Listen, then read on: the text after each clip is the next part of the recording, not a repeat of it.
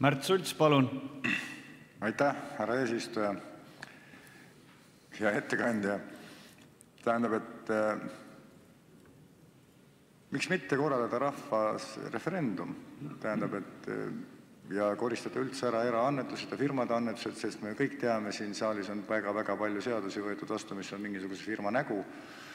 Et rahva hääletus, referendumi taoline asi, et rahvas ise otsustab, et milliseid erakondi riik peaks toetama, milliseid mitte.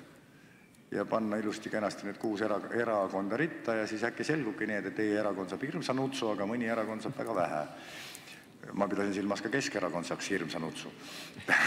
Aga mõni saaks natuke vähem. Miks ei küsiks rahva käest? Miks me peame seda siin arutama? Aitäh! Aitäh! Nagu te kindlasti kõik kursis olete, mina olen väga rahvahääletuse usku inimene.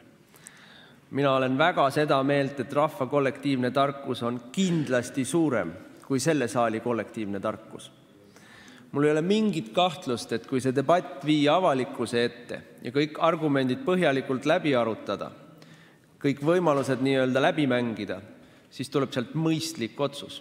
Mul ei ole selles mingit kahtlust. Missugused need summad siis olema hakkavad või kas üldse mingid summad olema hakkavad, kes seda praegu öelda oskab. Aga ma olen täiesti nõus, et kui tegemist on rahva rahaga, siis rahvas peab saama selle kasutamise üle otsustada. Aitäh!